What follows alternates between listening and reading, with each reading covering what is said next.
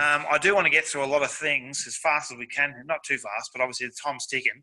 But foam pad technology has come a long way.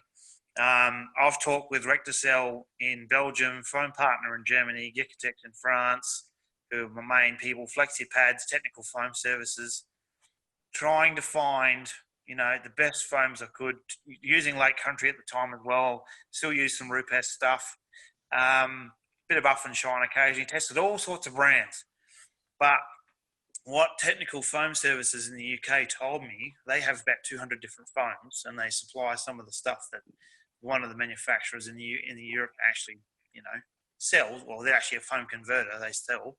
And he said to me, do not wring out foam pads when you're cleaning them at all by hand or whatever, because you can actually crush the cells. Now, people might have, I'm not sure if he was absolutely correct, but I've stopped doing it ever since then, and I've stopped putting them in machines. I've stopped, pressure washing them from a distance years ago. I always compressed air them from a distance on an angle, but obviously that can still cause an issue. But I definitely recommend people don't soak them in a bucket for like more than a very short period of time, because foam and water tend to not like each other that much. I mean, yes, they absorb it and they can hold liquid. But if you get a foam sponge, a traditional foam sponge, and you used to leave it in a 20-litre bucket or a 10-litre bucket or a 5-gallon container of shampoo and water, and you leave it there and you wash car after car after car with it day after day, or leave it just to soak in there for a week, 2 weeks, it loses its density.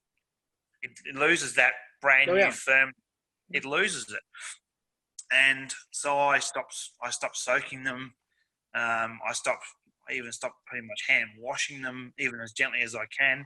What I basically do when I was detailing cars up until like probably early last year was,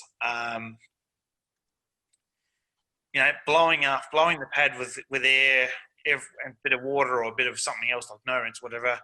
After every probably two passes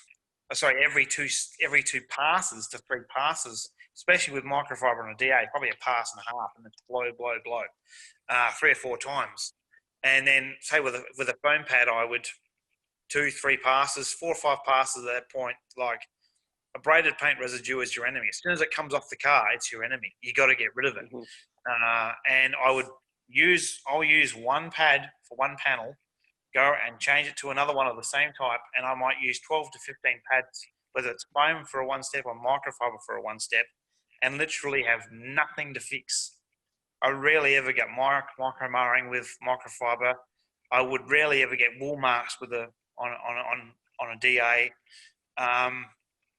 And I would then go through and I'd spray it with a specific citrus-based stuff that my teacher makes.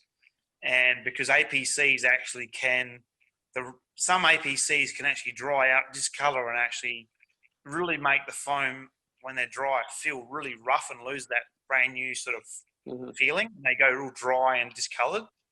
And because of all the sodium that might be in it, or the ethanol and all the other different ingredients that are in there, disodium metasilicate, that sort of stuff. So, I don't recommend wringing them when you're trying to get the water out of them, like really squashing them together, because you can crush the cells and all that sort of thing. So, that's just why I don't use them. I don't use one and keep cleaning it. I just switch, and I have, say with the blue pads I bought 300 of them, and I said, okay, I'm going to use this 20 or this 12 for this car, one panel, change it. Once I've done that car, I clean them as carefully as I can, whether it's pad washer or by hand gently, no wringing, just gentle sort of put my hands together and just touch it a bit, and then just leave it to dry. Get another 20 and use them and spread it over and over to the point where I literally, if I can flip my screen, this pad here, which is the main one from France, that's probably done 20 cars. Wow. And if you see shredding, if like a lot of the crash shops here especially, they'll use it once on a panel, or say a section of a panel. They will then add polish again, and then they will polish again. that's a big way to actually, from my experience, what I've seen, to increase dusting and actually start causing marring and scouring. And they rip up the foam and it's all shredded, and after about 3 cars, it's knackered. Like, pads should last you years. I mean, not that everyone can go out and buy 20 of this size of this colour and 20 of the next size down and the same colour and all that, but you've got to make them last, because I know someone who's here who actually, his pad bill when I last knew him and seen him was $1,000 a month, because he'd buy a new one, use it once and throw it in the bin. Yeah. Don't get it. They should look like this, or maybe losing some of their colour a little bit, but still feel like new, not dried out and rough. And they should hold that density. They should not be dishing right in the centre, like literally just going flat. If they are, not good. Well, thank you so much for listening. Thank you so much for watching. And make sure you are subscribed to the Rag Company Podcast YouTube channel. So, at any rate, that's us, and we'll see you later. Adios.